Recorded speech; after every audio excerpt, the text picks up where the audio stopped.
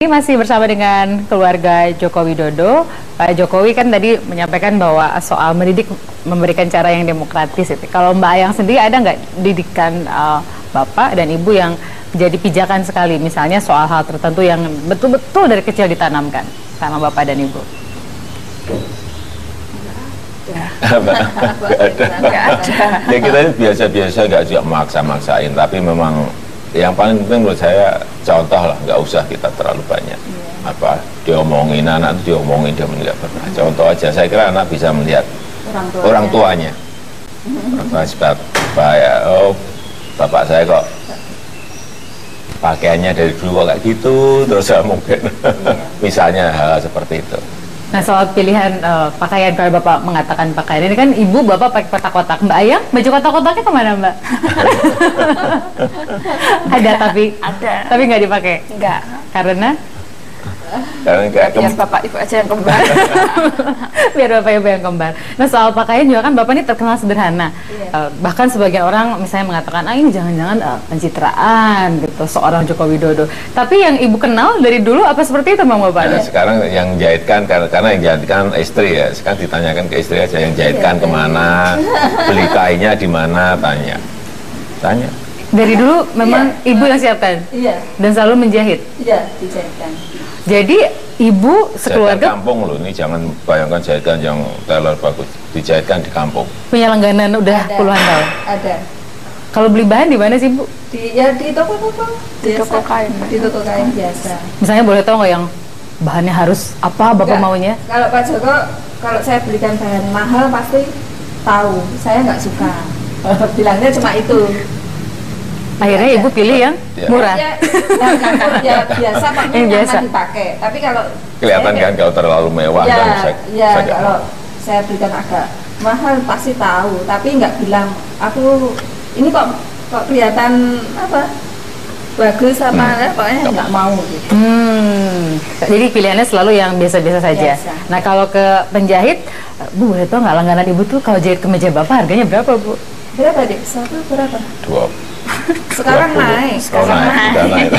Sekarang itu kemarin di sebelah tempatnya Eyang ya. Iya. Dulu 20. dari awal 20. 20.000? 20.000. Sekarang berapa ya, Dek ya? Ya paling tuh kena 5.000.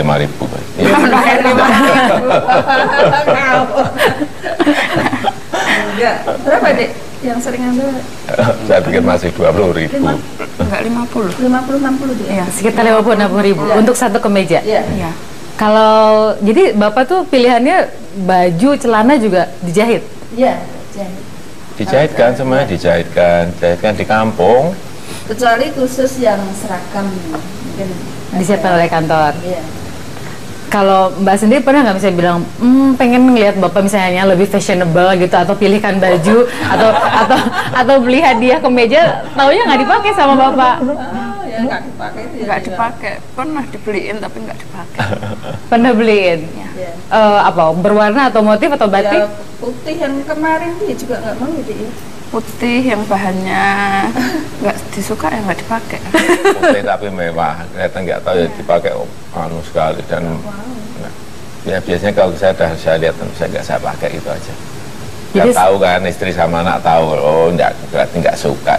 Oh, berarti maunya yang biasa-biasa saja dan dijahit kampung. Jadi meskipun sekarang jadi gubernur di Jakarta, ngejahit tetap di Solo, Bu? Masih. Oh, masih di Solo. Kemarin nyusu-nyusu masih dijahit, kapan jadinya?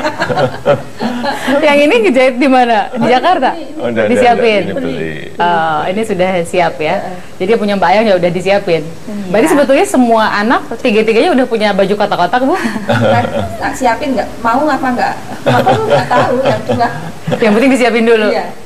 Kalau ya itu kan soal kebiasaan Bapak, kesederhanaan Bapak soal makanan gitu ya, soal pakaian. Ada nggak Bapak tuh punya hobi sesuatu, misalnya nih ada yang kolektor barang tertentu, Bapak tuh kayak gitu nggak, Bu? Ya enggak. Nggak ada. Koleksinya apa enggak? Enggak apa-apa. Enggak. Lihat aja di rumah nggak ada apa-apa. Koleksi paling apa? Kaset atau CD musik rock aja, hanya itu? Ada, tapi nggak terlalu banyak. Ada. Tapi yang lain nggak ada ya, Bu ya? Apa masalah siapa? Koleksi apa? Koleksi mebel.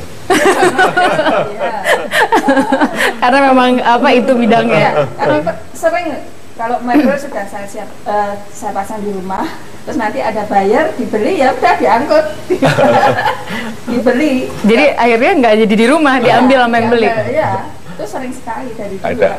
Kadang kan ini ke kampung, ke desa itu ada mebel bagus, mebel lama itu bagus, dibeli sama istri kan, taruh di rumah.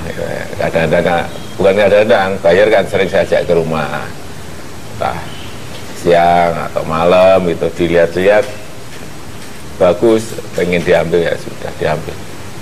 Ibu rela kalau gitu, mau gimana lagi ya? Memang sering, kadang ya untuk hadiah bayar.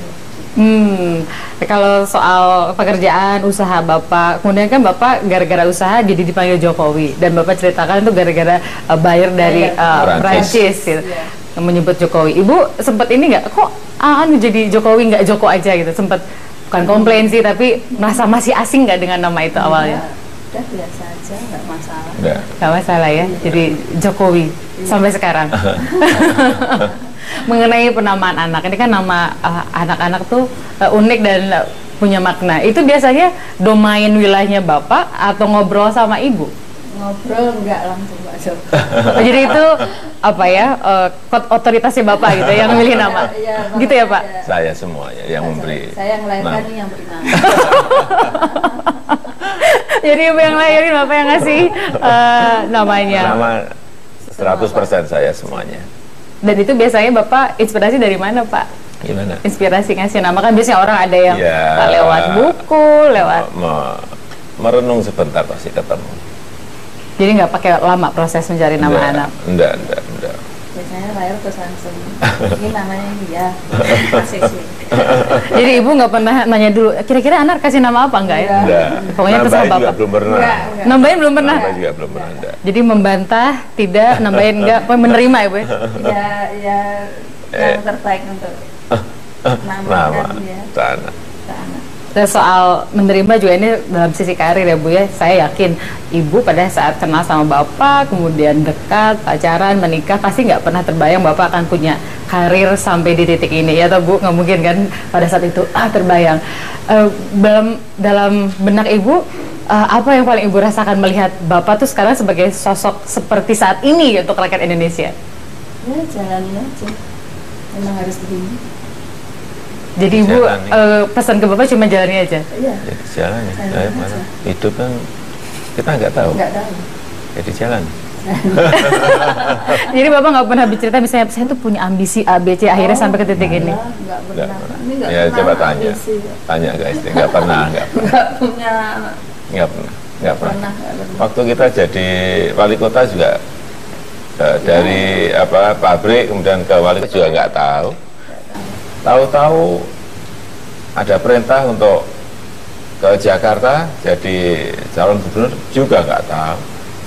Sekarang juga jadi calon presiden juga tahu, kita mengalir saja, nggak pernah. Jadi Bapak yang Ibu kenal sampai sekarang bukan tipe yang ambisius? Kelihatan kalau ambisi kan kelihatan. Dilihat aja. Emang begini adanya ya Bu ya?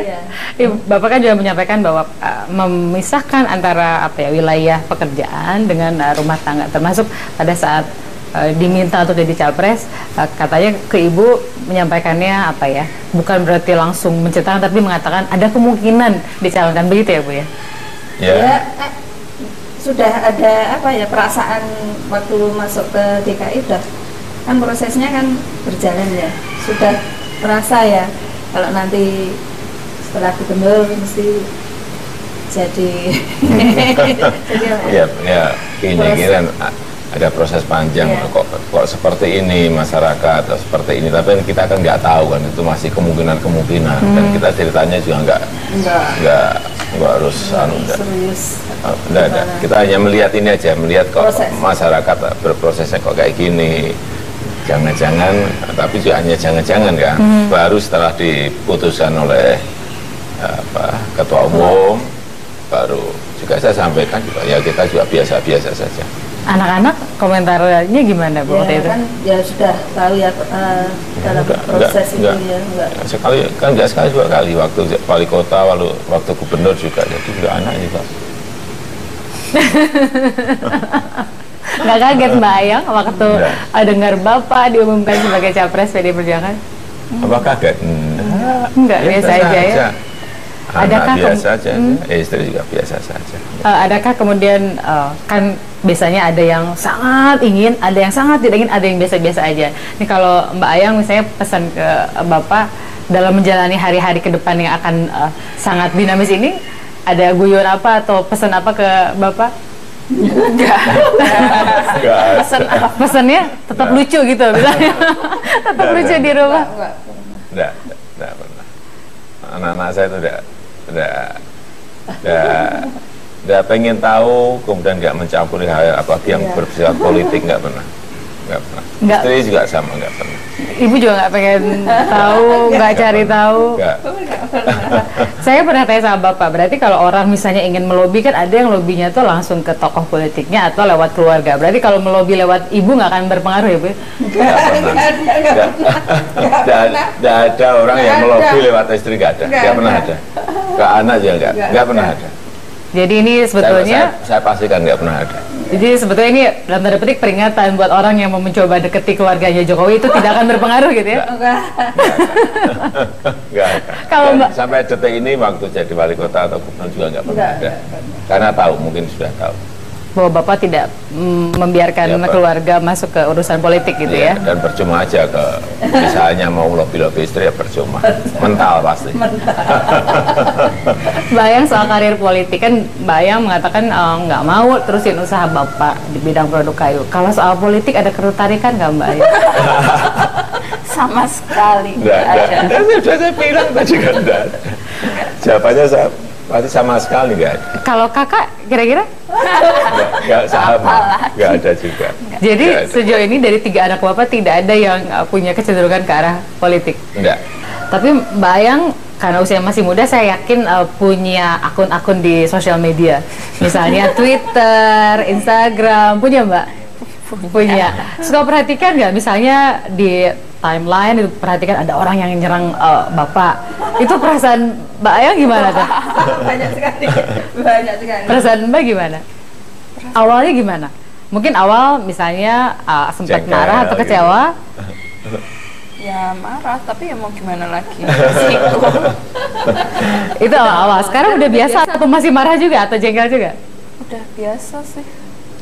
Pasti ada yang kayak gitu, jadinya udah biasa.